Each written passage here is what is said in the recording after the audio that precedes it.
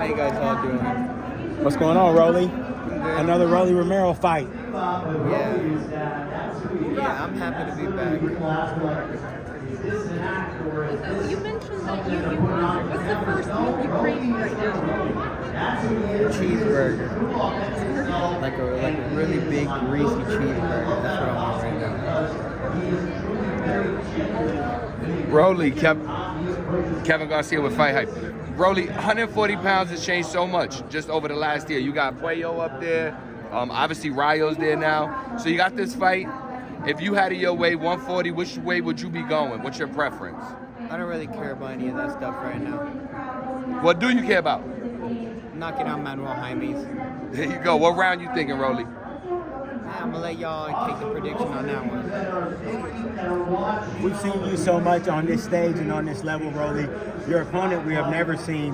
What do you have to do to turn him back? Punch him a lot.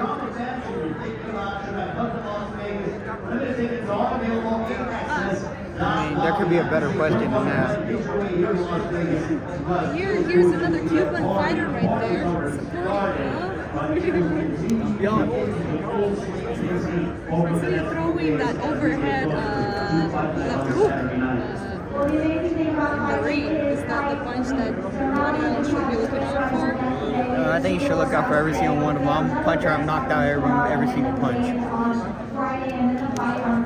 You still love this sport, Rolly? Are you getting sick of this? How do you feel about boxing after all this time in the game?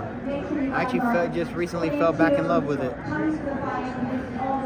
Yeah, it was a long journey, but I fell back in love with it. I miss boxing a lot, and I'm not even talking about the fight. I'm just miss boxing, and I fell back in love with the sport. It's my unconditional love. When was that moment for you that you were like, okay, I'm back? Like in your head, where you're like, I feel back in love with the sport. Was there a specific moment for you where you realized it? About 3 weeks ago. I started training when I got back from Japan. But about 3 weeks ago, I was talking to my cousin. I was telling her a story about me in Cuba, about me falling in love with a girl. And at that moment, after I told her the story, I realized that, I try to do things without, try to think I didn't need boxing. But I always needed boxing in my life.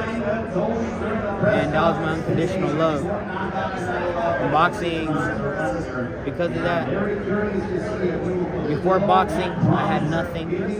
I'm not even talking about money or any of that stuff. Because I made money before boxing, everything came after boxing. After I fell in love with boxing. Because that's when I fell in love with boxing. We don't want to bother you, with all the questions that we already asked. Yeah, I know. All the repetitive questions. Okay, here's a different question, Rolly. Here's a different question. Super Bowl halftime got booked. Kendrick's supposed to be there.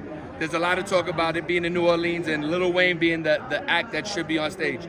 Do you have any thoughts at all on that situation, and do you have a preference? Who would you like to see? Man, I ain't gonna lie, Euphoria is a hard-ass song. So you think Kendrick was the right choice? I know Kendrick been the most viral rapper on the internet this year, so I think he should have been. Even though Lil Wayne's from New Orleans, and next year the Super Bowl's in LA anyway?